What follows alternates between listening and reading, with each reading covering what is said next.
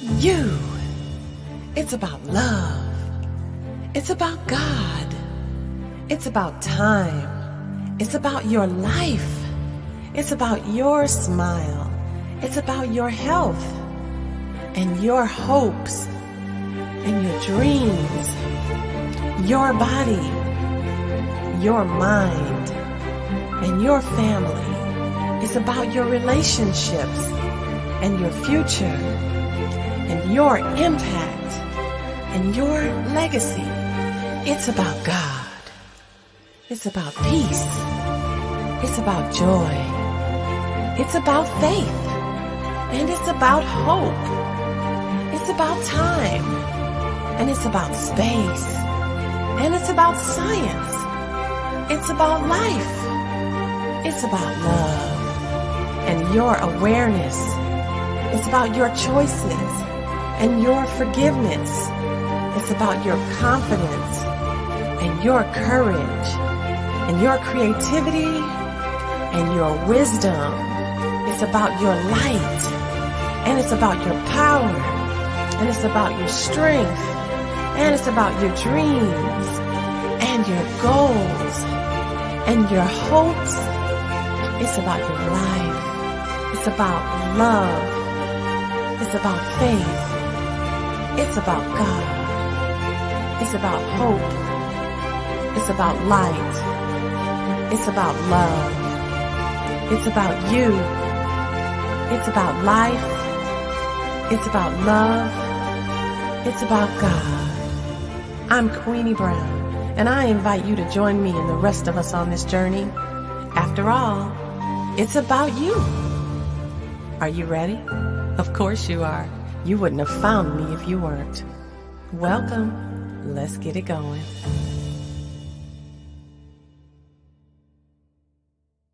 Much for joining me for another episode of the Self-Love Lessons Read Along. I am super excited to have you join me today. And today we're going to be going a little bit deeper, and we're actually diving into this first of the self-love lessons. So today we're going to begin lesson number 1. Know where you are now so you can get where you're going. So before we get started, let's do a little bit of housekeeping. I wanted to first say, for those of you who have hung in there with me thus far, make sure that you enter the roll call and say hashtag present. If you're watching on the replay, enter hashtag replay. And then if you finish the video with me, put hashtag finish so that I'll know that you are keeping up. All right. There will be prizes awarded for those of you who hang in there with me. And I'm so excited to go deeper. So today, we're going to go into the more tactical, practical parts of the book. For those of you who have been on the journey thus far, you know that we journeyed through Kate's story, which Kate was an allegory that helps you understand the actual journey of transformation. And her story probably mirrors yours. It definitely mirrors mine. And so we watched her go through her process. And so this is going to be your opportunity to begin your process with me. So I hope you have a pen and a paper with you, because there's going to be times when you want to jot something down. If something pops up that I share that is like it hits you in the city of your soul, make sure you enter it in the comments so all of us can benefit from it. Okay. All right. If all hearts and minds are clear, let's get it going. Today we're continuing on page number 83. If you have not already downloaded your copy of the Self-Love Lessons, please do go to www.queeniebrown.com and download your free copy, and then join us and make sure you share it with your friends. Be sure to like and subscribe so that you are notified the next time I do a video, and you'll be up to date.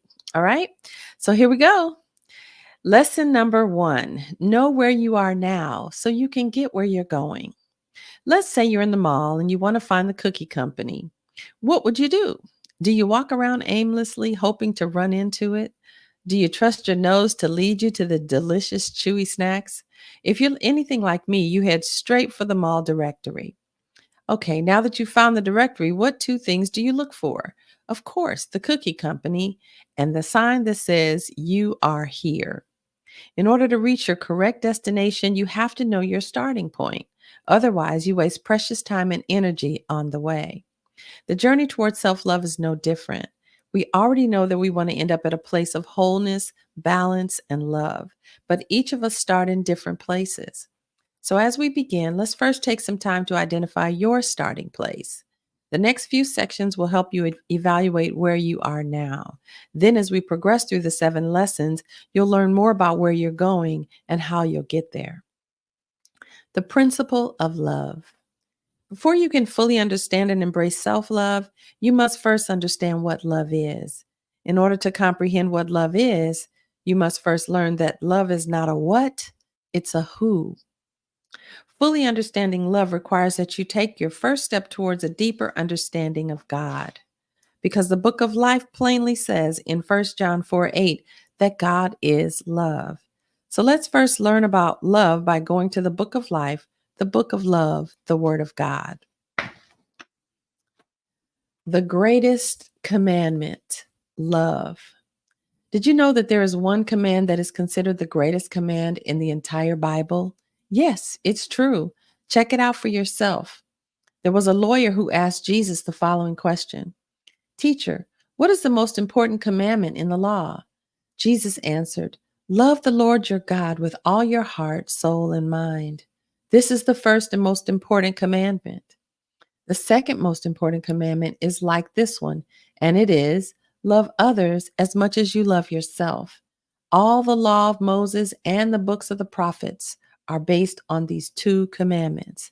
That's Matthew 22:36 through 40 in the Common English Bible.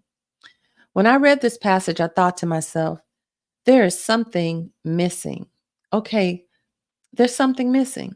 Okay, love God first, then love others as much as I love myself?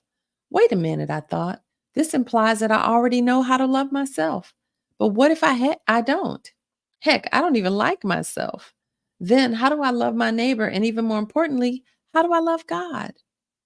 If I'm reading this correctly, it's saying that the whole Bible and all of God's prophets depend on me knowing how to love God and me. How do I do that? Until I can answer that question, how can I ever love others the way that God intended? So I read the passage again and I gained an even clearer understanding. Paraphrase, the greatest command is to give love and allow love to flow from me in 3 directions. Love, give love. Number 1, give and show love towards God. Number 2, give and show love towards myself. And number 3, give and show love towards others in the same manner that I give and show love towards myself. Oh boy, I guess I got some work to do. First, I have to find out what love is, I thought. So I decided to see what else the book of love says about love. What is love? Have you ever heard someone say that love cannot be defined or explained, or that love is dependent upon the interpretation of the individual? Well, I beg to differ. The book of love goes into great detail explaining the characteristics of love, the behaviors of love, the thoughts of love, and the power of love. Let's start in 1 Corinthians 13, where the writer goes into detail about how love behaves. Love never gives up. Love cares more for others than for itself.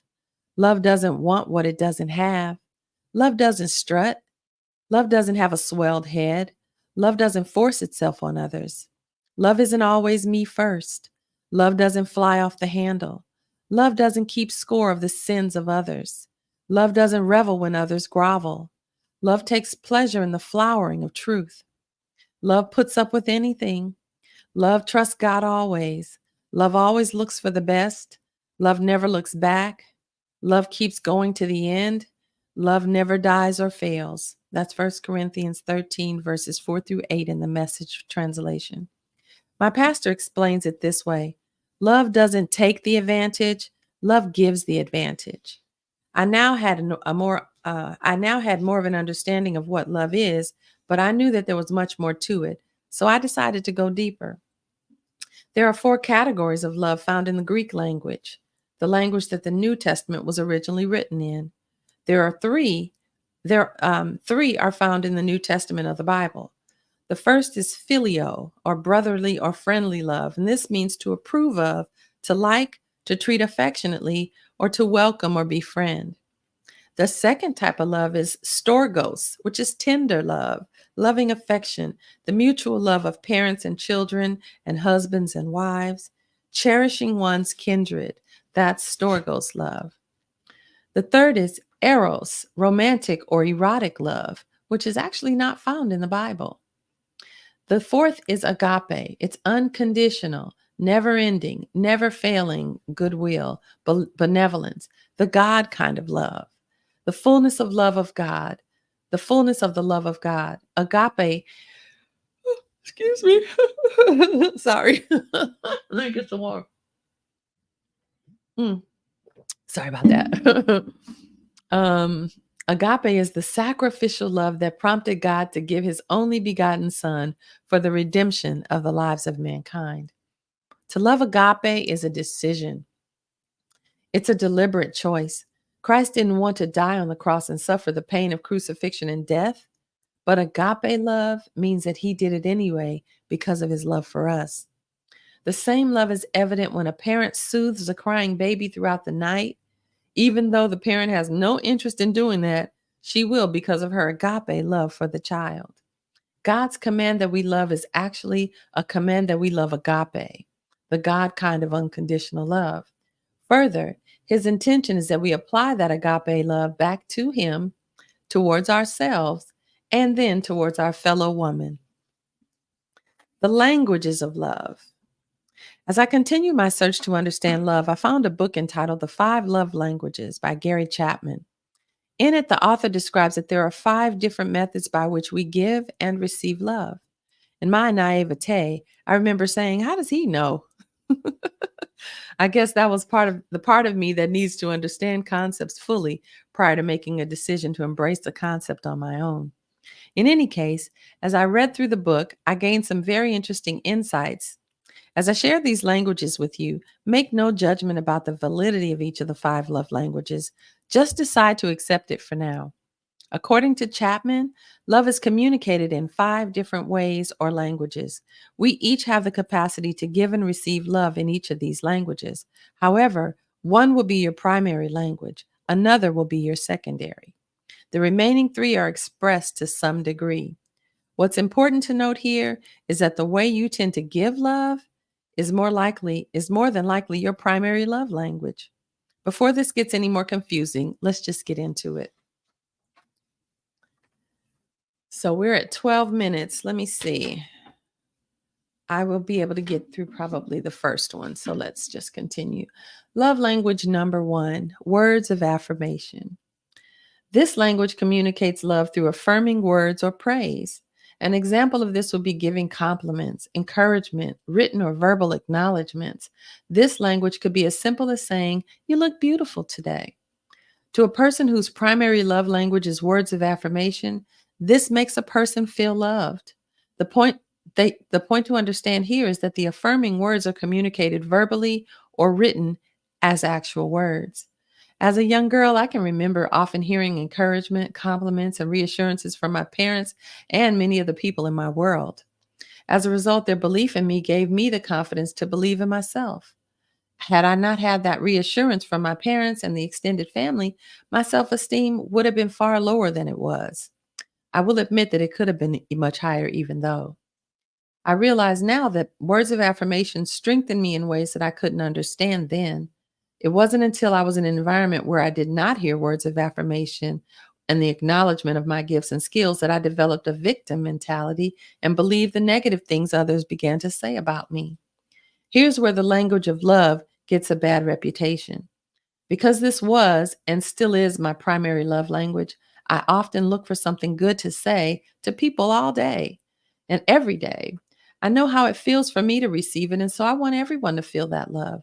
But many people perceive that as fake. I've heard many times before, that's just flattery. Only salespeople use flattery, and I don't want to be sold. Or, I just don't trust anyone who constantly gives others compliments. They're trying to hide something. In my case, it's quite the contrary. I just believe in celebrating people, and even the smallest thing needs to be noticed and appreciated. So today I've embraced this as my primary love language, even though some people have misunderstood my motives or misinterpret my genuine interest in them. I got to be me. You can count on me to look for something in everyone that I can celebrate, and I make no apologies for that. Holding back or refusing to give words of affirmation. I've known people to intentionally hold back this form of love because they don't want anyone to get a big head, or they feel the person hears enough compliments or words of affirmation from others that they don't need to hear it from me, I've heard. Speaking as someone who knows this language of love quite intimately, it feels like love is withheld intentionally. Whether this is an intention or not, that's the message that is communicated. This is a hurtful and insensitive way to relay your message. My advice would be to find another way to achieve balance rather than the withdrawal of love. As you consider this love language, think about whether this is your language of choice when you choose to give love to others. Also, think about whether you prefer to receive love via spoken or written words of affirmation. So that is self love lesson number one. And we went through love language number one. There's four more. So we're going to continue this all tomorrow. And then we're going to be able to rank your languages when we're done. Okay. Thank you so much for joining me. Make sure you include a hashtag finished at the end. Be sure to join me in the Mother Love community immediately following this. And we can talk a little bit more about the love languages. I'm super excited to have you join the conversation. All right. Thanks for watching. I'll see you tomorrow. God bless. Take good care. Make sure you share, share it and download it and share www.queeniebrown.com with your friends. God bless.